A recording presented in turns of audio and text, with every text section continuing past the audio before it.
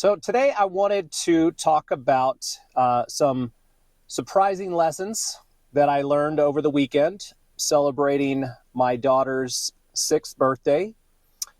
And we had a really good week. My daughter's birthday was actually just about a week ago, but we started celebrating, having friends and family come over. We did about a week worth of celebrating, and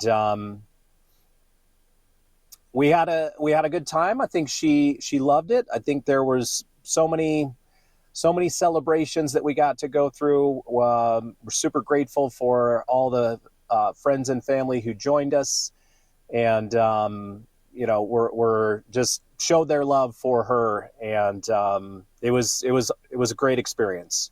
But one thing that came up over the weekend that I thought, or just kind of struck me as a lesson, not only for, really for me, I think we had gatherings on Friday night. Saturday had a bunch of friends come over, a bunch of gifts were brought. She had a bunch of that stuff. And then Sunday morning, we were basically, because of how much stuff had happened, we were going to not go to church on Sunday morning. We were going to stay at home. And I remember it was about 8 a.m, and we were just like relaxing and like kind of getting cleaned up and caught up from everything because we had a party at our home. And I go into my daughter's room, and both of my daughters were there. I have a 6-year-old and a 2-year-old who will be 3 next month. And they were in there just kind of playing. And I was like, girls, we're going to skip going to church today, but instead, we'll have the idea of doing just like a little bit of a family church at home, where we can say a prayer, we can say what we're grateful for. Maybe it's, my daughter has got her dolls involved in the past, stuff like that. And, I say that to be clear, I am a late to the game spiritual person. My wife is Catholic. We've been going to Catholic church together on a fairly regular basis since we met, a little over like 10, probably 11 years ago. But I've never been super religious. So I want to say that just to kind of add some context. But I've been on a journey, which is going to be a part of what this channel is about as well. But so we're having the conversation about, hey, let's all maybe celebrate together as a family. Super on board. The girls on board, excited about it. Everything is good. I'm like, it's awesome. I'm feeling good as a dad to say, okay, we're not going to go to church today, but let's spend some time in the Spirit of God and say a prayer, especially with all the things that have gone on over the past week. So about an hour later, we're getting to the point where it's time to get everybody together. And my 6-year-old daughter all of a sudden is not as excited about doing a little family church gathering. And I don't know what actually brought it on. It's if you know 6-year-olds, they obviously, or any little ones, they go through a lot of emotions, and so it's like we all do. But depending on when you emotionally catch them, things can change. And so, as a dad, I'm trying to sit down with her and try to understand, okay, what happened? Like, what can we do? Can we get back on board? We were excited about it an hour ago. Let's do this. It'll be a good thing. It'll be a positive way to kind of set the intention for our Sunday, and just, connect with the right energy that we want to do as a family. And I go to some of the books that we've recently gotten. We have we have a book that's called Grateful with Jesus, and I think that book is a kind of a fun book that would kind of relate to. And I'm like, well, let's think about that. Like, we've had like a really nice week. Let's think back to all the things that you're grateful for, because I could see that my daughter was just like kind of, not in the best mood, was starting to get irritated. Her and her sister bicker about stuff. Sometimes they fight over toys. Sometimes things just aren't going her way. So there's reason that can kind of get her to a negative irritation level. And I'm like, let's circle back and just remember all the things that happened this week that were really fun, that allowed us to celebrate your birthday and have such a fun time.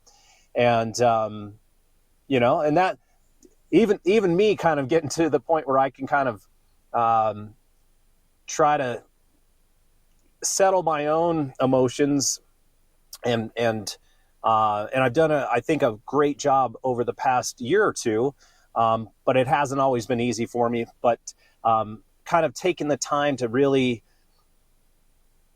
connect with her and understand where she's coming from, and understand where maybe she's just a little bit emotionally distraught, but I couldn't get her out of it. She was sad, and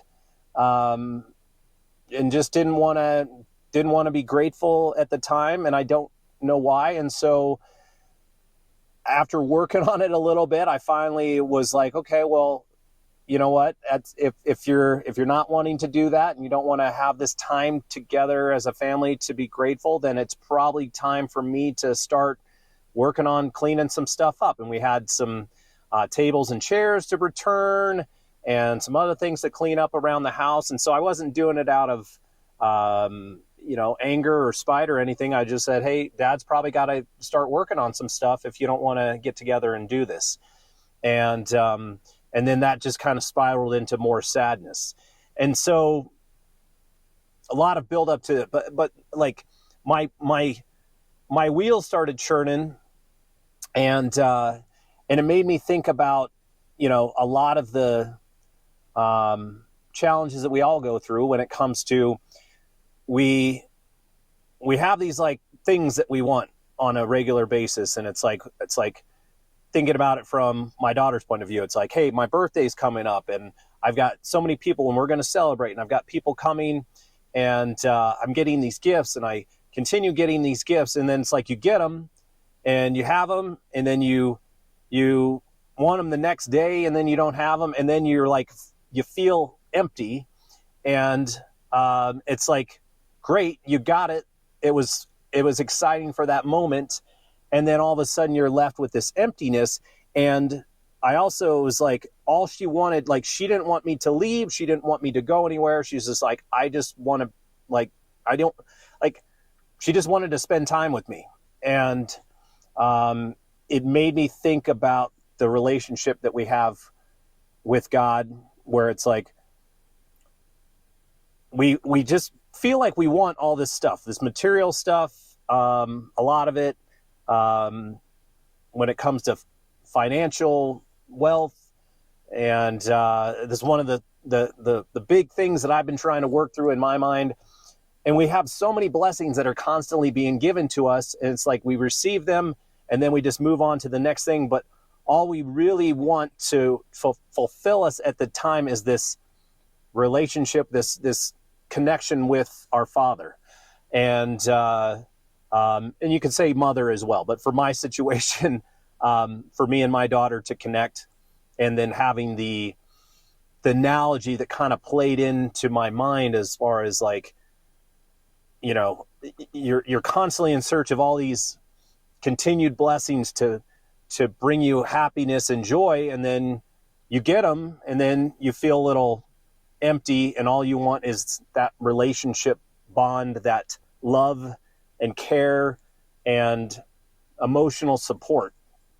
And it just kind of struck me as like, wow, that's it's kind of just like a powerful moment for me to kind of consider, because as I am always trying to find, I don't consider myself a super materialistic person by any means. But from a point of view of like, I'm always looking for, or trying to figure out the reason why, I'm not doing the right things, or I'm not doing enough things to create more things coming in. Mostly like when it comes to, money and that type of thing. So it's just, and when I look around, it's like, I'm just, blessed every day, but it's, you kind of forget about it.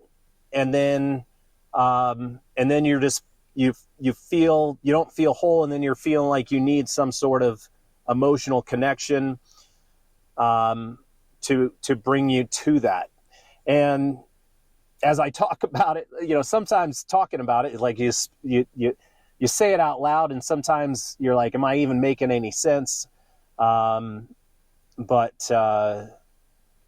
it makes you think, and it makes you kind of be like, okay, well, there are certain things that are just more important, which we all know. Like, I'm not saying anything that's rocket science, but like, it's just, it's for me, I wanted to get on and talk about it because it was like, when you see your children going through struggles that are similar to your own, it really hits home.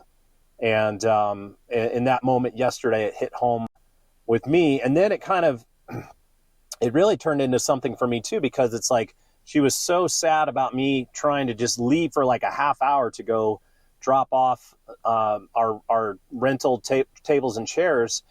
And, we had just had a situation with a member of our community, and one of the members of our school that my daughter goes to, where their husband had a heart attack and passed. That was sudden. It made me think about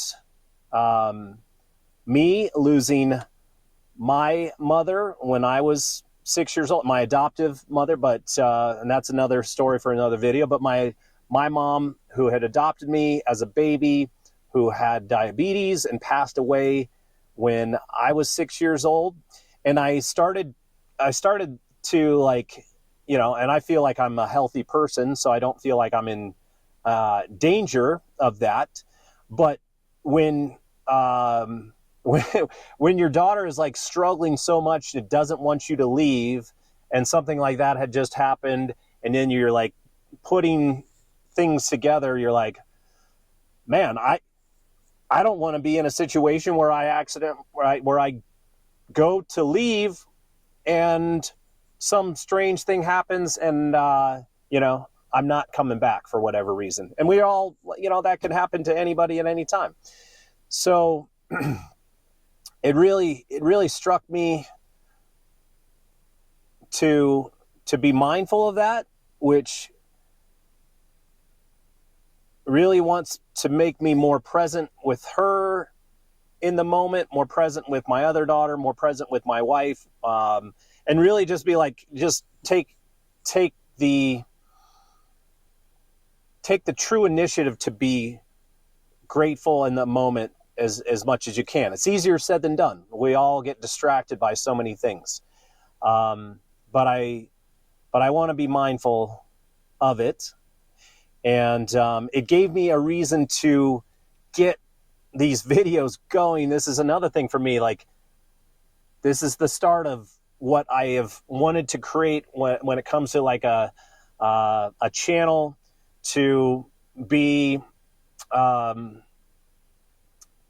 a journal for me to a certain extent, to help me kind of talk through my own challenges, struggles, help me to grow, help be my own coach, because we can all get so distracted with people doing so many things, and get involved with what do we need to do to be different, and how can we be better, and how can we be the best versions of ourselves. And And so, I wanted to document that journey to a certain extent. Number one, to help me get better, and to also learn from it, to have this be something that my daughters can watch and learn from later in life. I made the decision to call this channel The Long Game because I feel like I'm a late bloomer when it comes to so many things in life. And I'm 49 years old right now, so going on 50 at the end of the year. Again, I've got a 6-year-old, just turned 6, 2 going on 3 next month. And my wife is pregnant with a third. We don't know what it is yet. She's due in June. And so, as someone who's going on 50, who's going to have 3 little ones here soon, and has a ton of blessings, but definitely has not figured out so many things yet. And I'm just starting to kind of scratch the surface of a spiritual journey that I've never had or I've never really taken the time to focus on for a lot of reason. And that's going to be something else that I kind of dive into. I thought it would be good for me personally to be able to speak the words, listen to myself, allow this to be a resources for my daughters and my family in the future, so they could kind of see where I'm coming from. If I unfortunately am not here to later in life. I mean, my hope is to be around for a long, long time. But even if you know what I mean. So anyway, so I wanted to do that, and I wanted to hopefully put it out there just in case if it inspires anybody else, and if it attracts anybody else to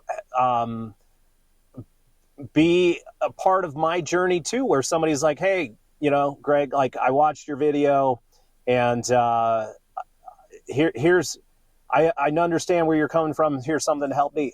Like creating a community. This is why YouTube is great like that. And even if people don't reach out, there's so many people that I have watched that have inspired me, and lift me up. That I appreciate, that I've never even commented or anything on their stuff before or reached out. So that's why it's an awesome thing. And it's just one of those things where you just have to take the time to finally be like, hey, I'm okay to hit the record button and go. And I am the biggest, over analyzer of being like, what camera should I use? Do I have the right equipment? What's the backdrop? I overthink everything. I overthought it today. Even I overthought it's like, hey, well, I want to make sure I'm going to come up to the top of my parking garage where no one else is around, but I want to have, a little bit of cloud and sky in the background, which nobody can even see anyway. But that's what we do. We overthink these things. But I said a prayer before I got started, and I asked God to kind of give me the wisdom and guidance to speak words that I would feel good about and confident in, and that would hopefully at some point be inspiring or helpful or a good message later on in life. And so I'm excited to finally make this happen, because I've just been thinking about it for so long, and I've created so many outlines and said, hey, this is what I want it to be like, and this is what I want it to be about. But really it's about my daughters, and it's about being a father, and it's about my spiritual path and my connection with God that I'm doing my best to understand and learn about, and understand what it means, and try to be better and connect with people who I can help and other people can help me, and all of us hopefully grow together. So if you took the time to watch all this, and you're and it helped you at all. Like, number one, thank you for watching.